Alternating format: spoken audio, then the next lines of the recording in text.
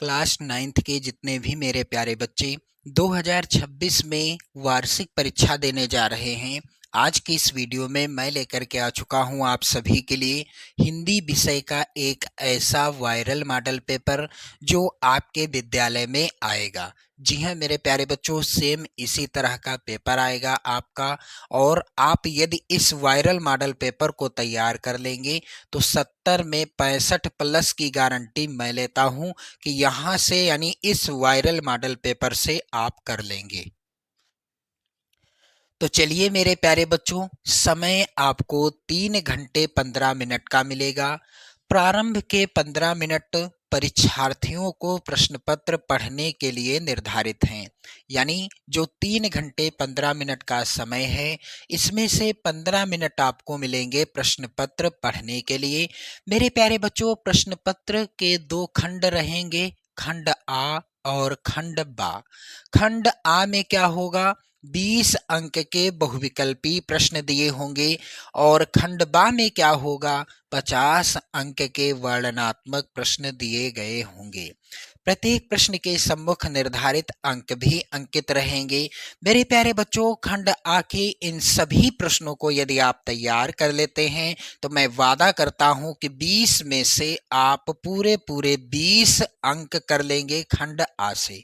Clear? तो चलिए ध्यान दें, भारतेंदु युग की कालावधि क्या है। ये सभी प्रश्न मोस्ट इंपॉर्टेंट हैं। जी हाँ मेरे प्यारे बच्चों, सभी प्रश्न मोस्ट इंपॉर्टेंट हैं और इन सभी प्रश्नों का उत्तर आप यहाँ पर देखेंगे। तो भारतेंदु युग की कालावधि या समय सीमा क्या है, यहाँ पर दूसरा विकल्प सही होगा, 1868 से 1900 ईस्वी। दूसरा प्रश्न है मेरे प्यारे बच्चों, हिंदी प्रदीप के संपादक कौन थे। तो हिंदी प्रदीप के संपादक कौन थे, इस प्रश्न का उत्तर हो जाएगा बाल कृष्ण भट्ट जी। यहाँ पर दूसरा विकल्प सही होगा। चलिए तीसरा प्रश्न है, सेठ गोविंद दास द्वारा रचित एकांकी में कुल कितने पात्र हैं। तो सेठ गोविंद दास के द्वारा रचित एकांकी जिसका नाम क्या है, आप लोग याद कर लेना। सेठ गोविंद दास जी के द्वारा एक एकांकी लिखी गई थी और उस एकांकी का नाम क्या था मेरे प्यारे बच्चों, उस एकांकी का नाम था मेरे प्यारे बच्चों व्यवहार। क्या नाम था, सेठ गोविंद दास जी के द्वारा एक एकांकी लिखी गई जिसका नाम था व्यवहार। आप लोग ध्यान दें, व्यवहार।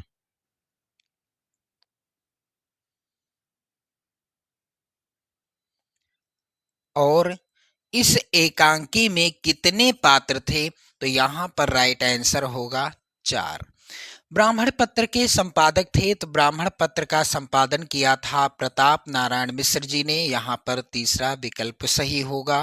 मेरे प्यारे बच्चों, पांचवा प्रश्न है, पृथ्वीराज रासो किसकी रचना है। ये आदिकाल की रचना है, आप याद कर लीजिएगा। और इसके लेखक कौन हैं, तो यहाँ पर चौथा ऑप्शन सही होगा, चंद बरदाई जी हैं। अगला प्रश्न है, सूर सागर किसकी रचना है। तो यहाँ पर आप एक चीज और याद कर लेंगे, सूर सारावली और साहित्य लहरी। साहित्य लहरी, सूर सागर, सूर सारावली और साहित्य लहरी, ये तीनों रचनाएं सूरदास जी के द्वारा लिखी गई हैं। अगला प्रश्न है, हिंदी का प्रथम कवि माना जाता है। तो इनमें से हिंदी का प्रथम कवि किसे माना जाता है, यहाँ पर राइट आंसर होगा सरहपा को। किसको, सरहपा को हिंदी का प्रथम कवि माना जाता है। प्रश्न संख्या 8 है मेरे प्यारे बच्चों, सूकर खेत नामक स्थान संबंधित है।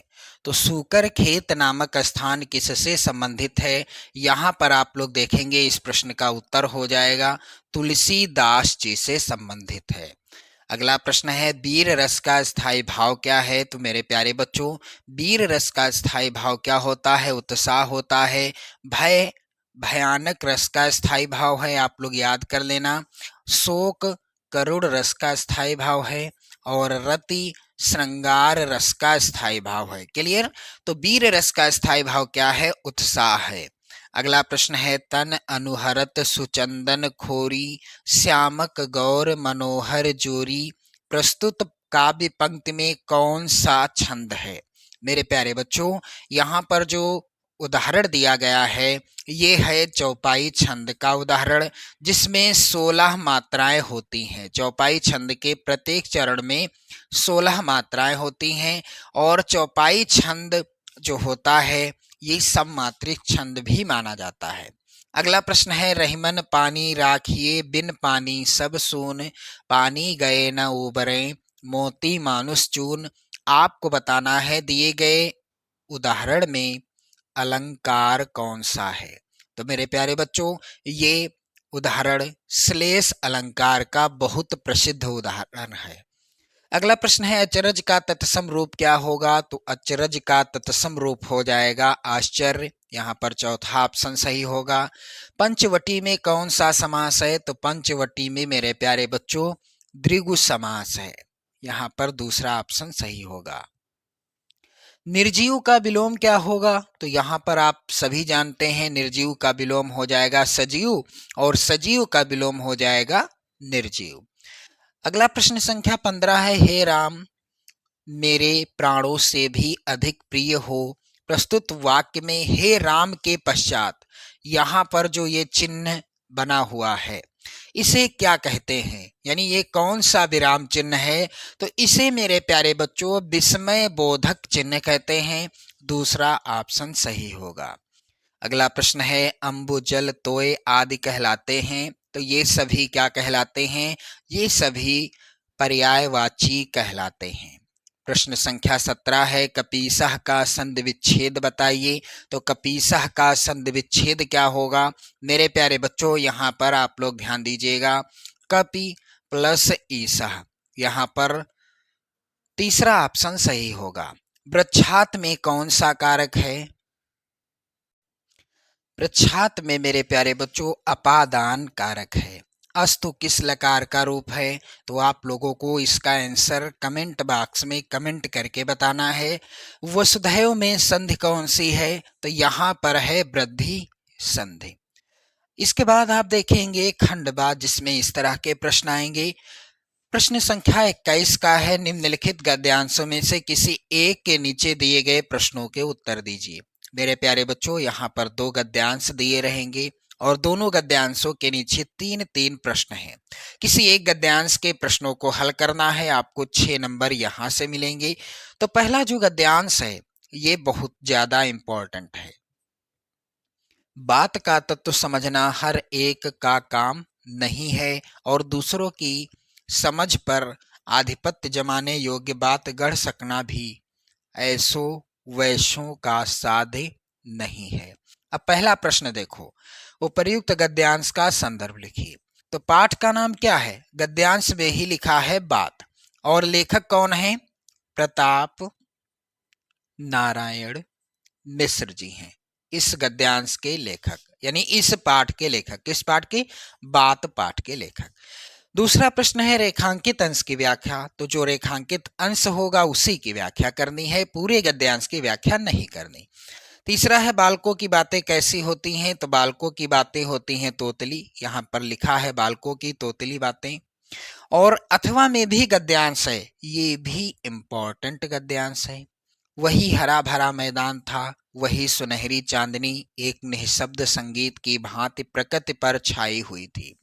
वही मित्र समाज था, वही मनोरंजन के सामान थे, मगर जहां हास्य की ध्वनि थी अब करुण क्रंदन और अश्रु प्रवाह था। मेरे प्यारे बच्चों यहाँ पर ध्यान दें, ये भी पहला प्रश्न है, उपर्युक्त गद्यांश का संदर्भ लिखिए। तो ये जो है, ये जो गद्यांश है किस पाठ से है, मंत्र शीर्षक पाठ से। लेखक हैं इस पाठ के मुंशी प्रेमचंद जी। क्लियर। अब देखो और भी प्रश्न है, वैसे आपको एक ही गद्यांश हल करना है। चलिए आगे देखते हैं। 22 का प्रश्न है निम्नलिखित पद्यांश में से किसी एक के नीचे दिए गए प्रश्नों के उत्तर दीजिए। तो झूठे सुख को सुख कहें मानत हैं मनमोद जगत चबैना काल का कछु मुख में कछु गोद।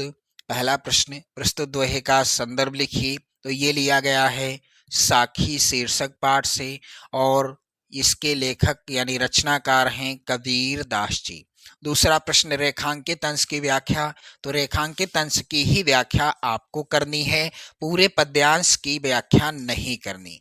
चलिए इसके बाद अथवा में भी एक और पद्यांश है, यहां पर एक और प्रश्न आया है, 3 प्रश्न आएंगे।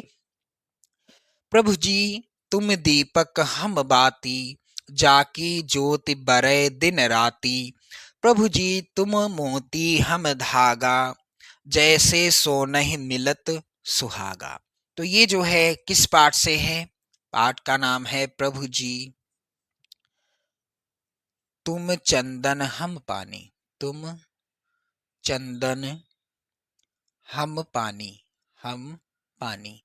और रचनाकार हैं संत रैदास जी, संत रैदास जी।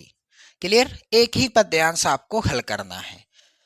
अगला प्रश्न है निम्नलिखित संस्कृत गद्यांश में से किसी एक का संदर्भ सहित हिंदी में अनुवाद करना है आपको। 4 नंबर का प्रश्न आएगा। तो सदाचारः नाम नियम संयमयो पालनम, ये जो है सदाचारः शीर्षक पाठ से, सदाचारः पाठ का नाम क्या है? सदाचारः शीर्षक पाठ से लिया गया है गद्यांश। अथवा में जो है गद्यांश रामदासः नारायणपुरे निवसते, ये लिया गया है सिद्धि मंत्र, सिद्धि मंत्र शीर्षक पाठ से। मेरे प्यारे बच्चों अगला प्रश्न है निम्नलिखित संस्कृत पद्यांशों में से किसी एक का संदर्भ सहित हिंदी में अनुवाद करना है। 4 नंबर का ये प्रश्न आएगा। तो सत्यव्रतम सत्य परम त्रिय सत्यम, ये जो है सत्यस्य योनिम निहितम च सत्य, वंदना शीर्षक पाठ से है। और अगला है अथवा में भी बुद्धिमान नीतिमान वाग्मी, ये जो है मेरे प्यारे बच्चों आप लोग ध्यान दीजिएगा पुरुषोत्तमः, पुरुषोत्तमः रामः शीर्षक पाठ से लिया गया है। क्लियर? कोई एक पद्यांश आपको हल करना है, संदर्भ और हिंदी अनुवाद लिखना है। अगला प्रश्न है व्यवहार एकांकी के आधार पर रघुराज सिंह का चरित्र चित्रण कीजिए। 5 नंबर का ये प्रश्न आएगा। अथवा में है दीपदान एकांकी की कथा संक्षेप में लिखिए। प्रश्न संख्या 25 का है निम्नलिखित लेखकों में से किसी एक का जीवन परिचय देते हुए उनकी किन्हीं 2 रचनाओं का नाम लिखिए। 4 नंबर का ये प्रश्न आएगा। तो प्रताप नारायण मिश्र, मुंशी प्रेमचंद और धर्मवीर भारती, सभी का जीवन परिचय और इनकी 2 रचनाओं को आप तैयार कर लेंगे, 2026 में जरूर पूछा जाएगा। अगला प्रश्न है निम्नलिखित कवियों में से किसी एक का जीवन परिचय देते हुए उनकी किन्हीं 2 रचनाओं का नाम लिखिए। तो कबीरदास, रहीम और मैथिली शरण गुप्त, इन 3 कवियों का जीवन परिचय आपको याद होना चाहिए और इनकी रचनाओं का नाम भी आपको पता होना चाहिए। अगला प्रश्न है अपनी पाठ्य पुस्तक से कंठस्थ किया हुआ कोई एक श्लोक आपको लिखना है जो आपके पेपर में पूछा ना गया हो। 2 नंबर का ये प्रश्न पूछा जाएगा। और अगला है निम्नलिखित प्रश्नों में से किन्हीं 2 प्रश्नों के उत्तर संस्कृत में आपको देना है। 4 नंबर का प्रश्न आएगा। और यहाँ पर जितने भी प्रश्न हैं आप सभी लोग इनको तैयार कर लेना, क्योंकि प्रश्न काफी ज्यादा इंपॉर्टेंट हैं। भक्तस्य किम स्वरूपम अस्ति, रामः कस्मिन् वंशे उत्पन्ना आसीत्, सदाचारस्य को अर्थः, और श्री कृष्णस्य कः आसीत्। प्रश्न संख्या 28 आएगा इस तरह का, निम्नलिखित मुहावरे एवं लोकोक्ति में से किसी एक का अर्थ बताते हुए वाक्य प्रयोग कीजिए। 3 नंबर का ये प्रश्न आएगा। तो अक्ल का दुश्मन होना, आंखों पर पर्दा पड़ना, आसमान से गिरा खजूर पर अटका, अपने घर कुत्ता भी शेर होता है। मेरे प्यारे बच्चों यहाँ पर प्रश्न संख्या 29 क्या है? निम्नलिखित में से किन्हीं 2 वाक्यों का संस्कृत में अनुवाद कीजिए। 4 नंबर का ये प्रश्न आएगा।